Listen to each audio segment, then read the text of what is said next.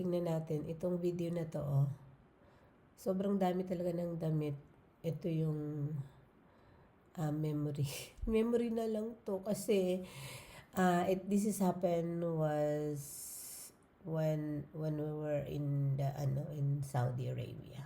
Ayan, so sobrang dami ng damit namin. So, can you imagine guys, nung umuwi kami ng Pilipinas, lahat ng yan ay nilagay ko sa box. So, yan yung mga isusort out ko pag uwi ko doon para ipamigay natin or idodonate natin. So, para naman lumuwag na yung aparador namin doon, no? So, yan lang guys.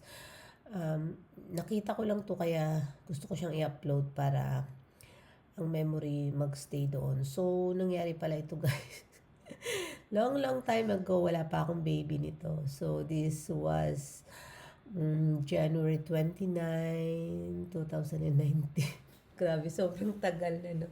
So, naimpok lang to sa aking gallery. Kaya, ayan, inedit ko siya at ipopost natin para naman yung memory nung time na nangyari ito is nandyan lang, nakapost lang.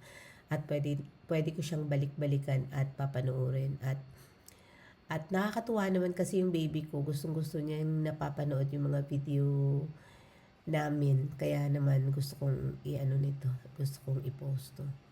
So, ayan lang guys. So, thank you for watching and thank you pala sa mga nagnunood ng mga video ko kahit na alam ko naman na walang katorya-torya.